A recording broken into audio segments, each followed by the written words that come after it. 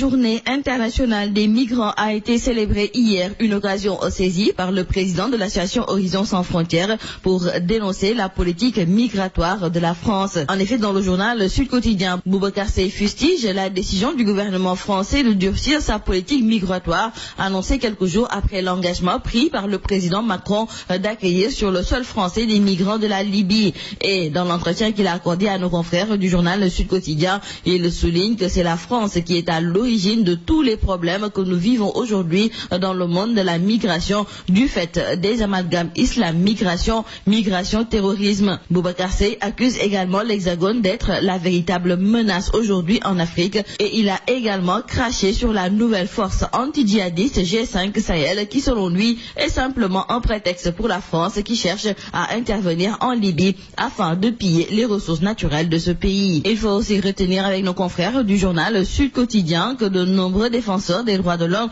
se sont aussi penchés sur la question des migrants africains capturés comme esclaves en Libye, et ils ont invité les autorités africaines à dresser des politiques migratoires sérieuses pour régulariser cette situation. L'aéroport international Blaise Diagne, récemment inauguré, tarde toujours à prendre son envol. Aujourd'hui, nos confrères du journal Enquête nous indiquent que cet aéroport n'est toujours pas prêt à 100%. Et aujourd'hui, nos confrères du journal Enquête passent au crible les raisons d'un décollage manqué. Et en premier, notons avec nos confrères du journal Enquête que cet aéroport a été confié à des novices. En plus de cela, il y a un déficit de personnel qualifié, et donc c'est toujours le même amateurisme et du pilotage à vue. Le chef de l'État Macky Sall a procédé hier au lancement dans la commune de Fandène à Thiès de la 3e usine d'eau de Keur Momar-Sarr d'un coût de 274 milliards de francs CFA. Nos confrères du journal Vox Populi qui nous en parlent nous indiquent que cette usine va fournir dans 24 mois 200 000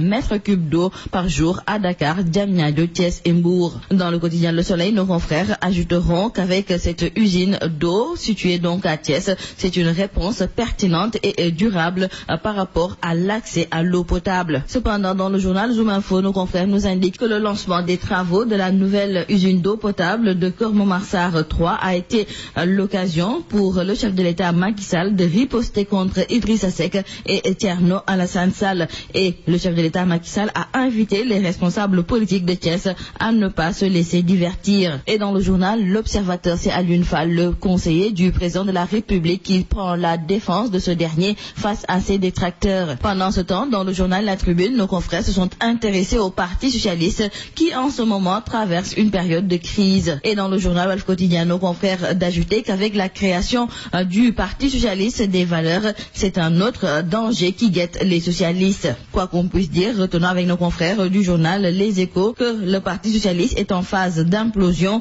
après les coups bas et les répliques acerbes ça et là. Place à des procédures judiciaires. Barthélémy Diaz et compagnie ont assigné leur secrétaire général Ousmane Tanor Dieng devant le juge des référés. Ils demandent entre autres la suspension des structures non prévues par les statuts mis en place par le Congrès de 2007. En réplique, maître Moussa Bocar Thiam, avocat d'Ousmane Tanor Dieng, a plaidé l'incompétence du juge des référés, et nos confrères du journal Les Échos nous indiquent que l'affaire a été renvoyée au 8 janvier prochain. L'ancien président malien Amadou Toumani Touré retourne au Mali. Il rentre chez lui après 6 ans d'exil au Sénégal. Et selon nos confrères du journal Réumi qui nous en parle, l'ancien président du Mali va quitter sa luxueuse villa quelque part au centre-ville de Dakar pour rejoindre Bamako, la capitale malienne. Et nous terminons par la lutte à quelques jours de la date fatidique du 25 décembre 2017 prévue pour son duel avec Eumeu Sène. Le roi des arènes se dit disposé à négocier avec les promoteurs pour un autre combat à partir du 26 décembre 2017 parce que Bombardier considère que son contrat avec Assane Ndiaye aura expiré. Aujourd'hui, le B52 s'entretient avec nos confrères du journal Sunu Lamb et déclare que ce soit Eumeu Sène ou un autre lutteur, il est prêt. C'est tout à vos journaux et très bonne lecture.